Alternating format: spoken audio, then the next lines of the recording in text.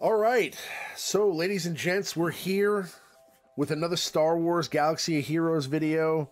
And as you may notice, I am joined today by a very special guest and colleague and somebody I do the Jedi Academy stream with on Saturday mornings. The host of the Jedi Academy stream and Reality Skewed Gamers live streams on Wednesdays. This is RangerJ1999. How you doing, brother? I'm doing good, man. I'm not good old Maurice for anybody that's asking out there in TV land. I am my own person. He is his own self. I think, therefore, I am. So Ranger's joining me on a new series that we're going to be doing of character reviews, and we're going to be covering. Yeah. We're going to be covering Amilyn Holdo first. Why not, right? Why not? Let's start doing all these characters. You know, it's funny. We do roster reviews a lot on our. We don't get in as depth with the characters as maybe we should. And when you brought this idea, I was like, not a bad idea. Yeah, I mean, I used to do in-depth character reviews in the past. A lot of people actually used to do in-depth character reviews in the past. They were a very popular thing when the game first dropped for YouTubers. And then all of a sudden, I started thinking about it, and I can't think of anybody that does character reviews anymore. So let's do it, man. We're going to take on that mantle, and we're going to do Amilyn Holdo first, because when we're doing character reviews, I mean, everybody knows about your Darth Revans, you know about your Darth Nihiluses, you know about your Darth Treyas, but there are some characters out there that are a little bit less used, that some players that, maybe don't really have the, large enough roster to kind of toy around with these characters may not even really have much familiarity with. So characters like Amilyn Holdo may not be somebody that's on your radar right now, but because of watching a video like this, you may decide maybe she should be on your radar. So let's go into the abilities, and then what we'll do is we'll go ahead and take a look at the character in action in some Galactic War, so we can show you what the character looks like in gameplay, and you can make the determination for yourself whether the character is worth it or not for you. So Amilyn Holdo, her basic attack is Measured Shot, which is deal physical damage to target enemy, and the least healthy other resistance ally gains foresight for 2 turns. When this foresight expires, that ally recovers 10% health. Really nice basic. Yeah. I mean, especially going in theme with the foresight for the resistance squad, I believe that she is actually, in fact, the best tank for a resistance team.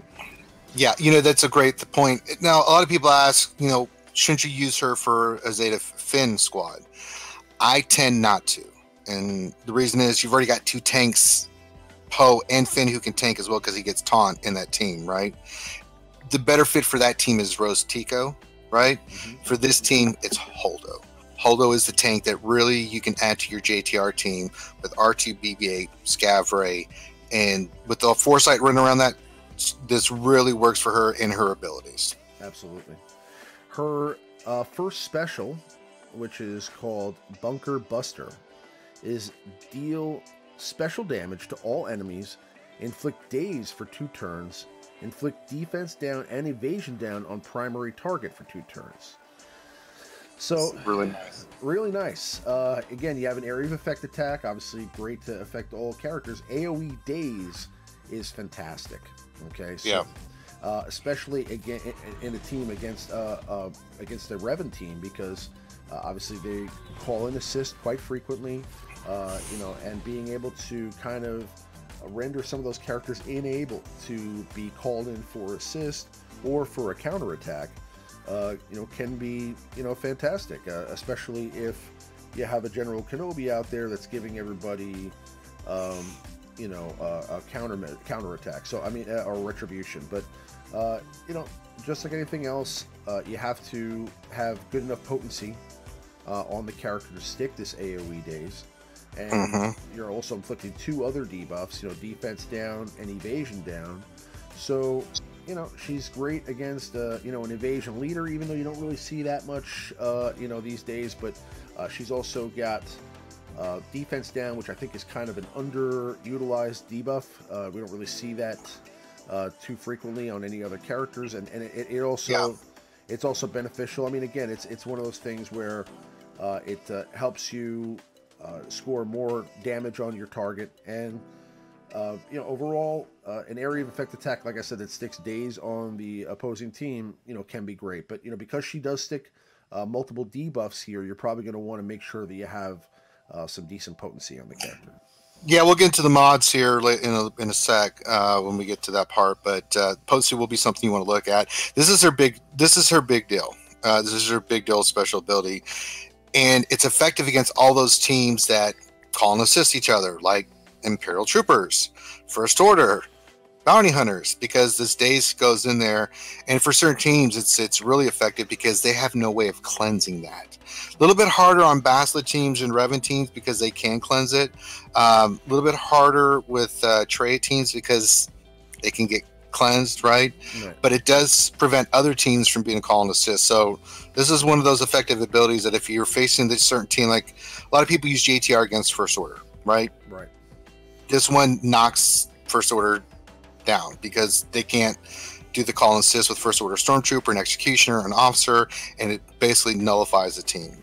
Same thing with Bounty Hunters, does the same thing. It just nullifies the team. They're not getting those calls and assists with each other. So that's why this is such a great ability. Right, and First Order doesn't really have you know, too much cleanse going on their team, so it's that's another thing. So that's a great attack for you know, against the First Order squad for sure. Now her second special is Reprieve, which is dispel all debuffs on target other ally. They recover 40% health and 20% protection. Really nice. Yeah, I mean, you cannot go bad or wrong with recovering health and protection. Being able to dispel all the debuffs on a target other ally is great as well. Again, also in going with the theme that there's not much cleanse going on a resistance team either. So really, you're getting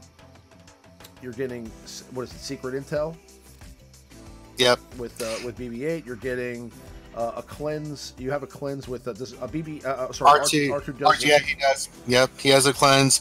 So this is what you add this piece of the puzzle to the JTR resistance team. This is why it's so damn good. Is because now you've got a third option to where you've got somebody that's hurting.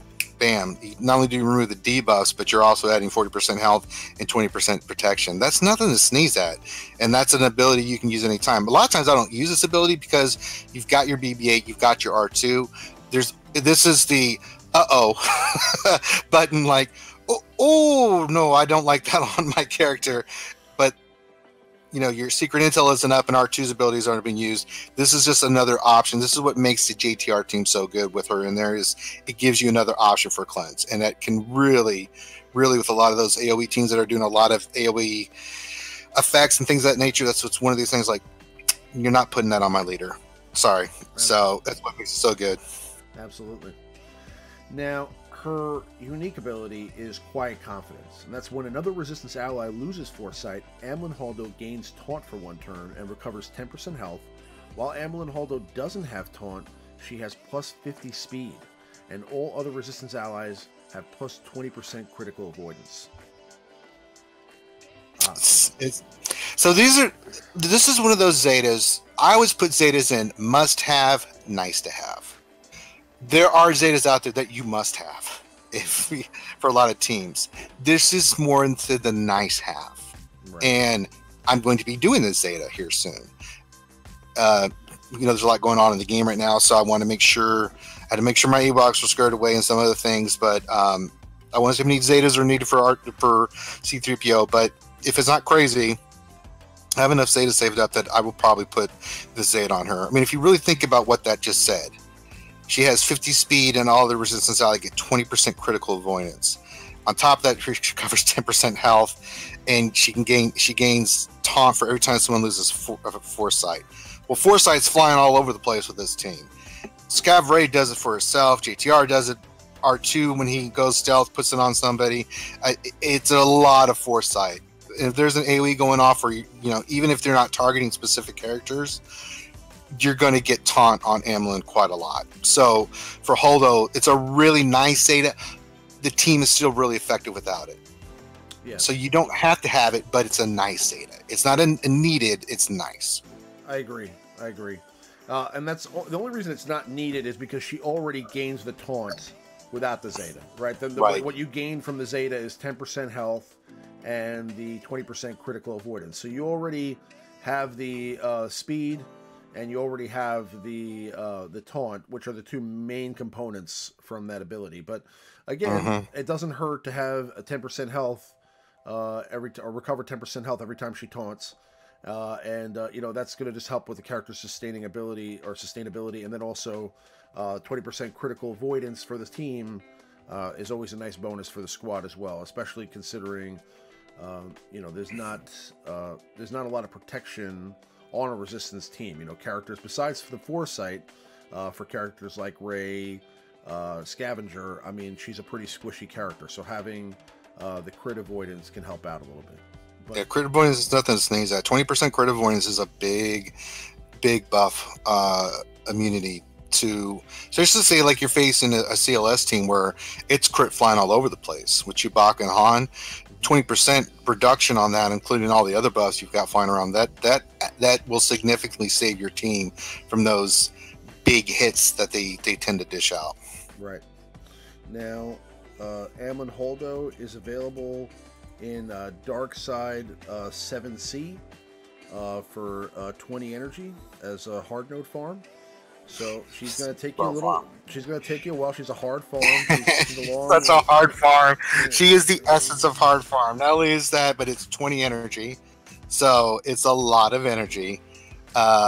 This is a later game farm, unless you just want to go for it. I mean, there's nothing saying you can't go for her sooner. She is more of that mid-tier to late-tier game farm that you want to do when you're trying to round out your JTR team, because there are other tanks you can use like Kenobi, and as you're moving along, there's other tanks like I've used Old Ben in the JTR squad before.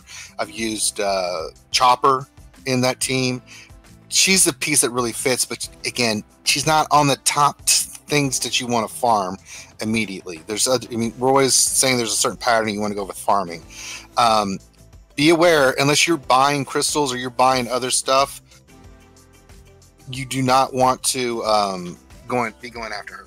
She is a later stage farm that you want to go for, and it is slow. I've been farming her for a while. I'm about to have her done, but oh boy, it's taken me a while to finish. I'm 4 shards away from 7-star her, and it's been a long farm, man. Yeah. But her node is really nice because she gets stun cuts. Her hard node is really super duper nice.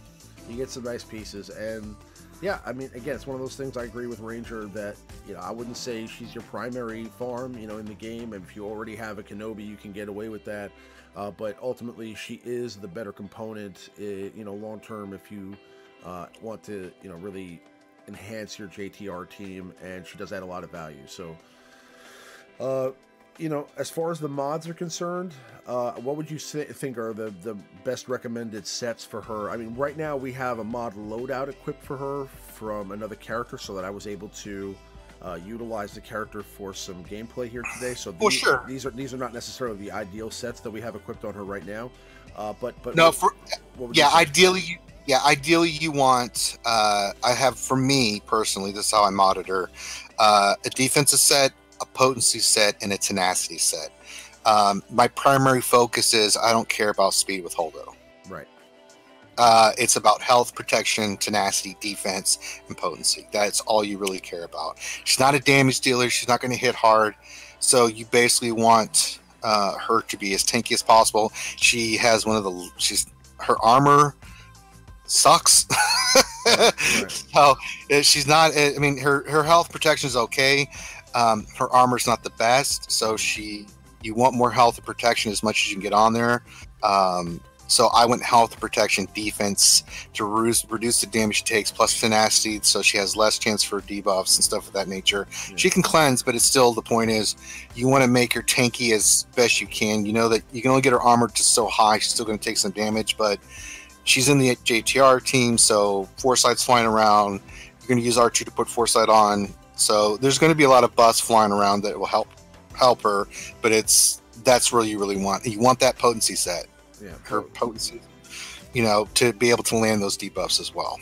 Yeah, potency set is definitely important with her, and you know, if you're early game and you don't necessarily have the ability to get all of these types of mod sets, whenever you have a tank in the game, you also can't go wrong with health sets. So if you're talking about a secondary option besides what Ranger just suggested, you know, and all you have access to is health sets, you're not in dire straits. You know, she can definitely you know, do that. But again, if you're at the point where you're farming a 7-star Holdo, you're probably at the point where you can get some of these mod sets. So I would think that you know, at that point, you know, you could probably get yourself you know, some potency or some defense, and that's probably the way to go with her. So what we're going to do now is we're going to go ahead and take Holdo into battle, and we just want to kind of showcase you know, what she looks like a little bit.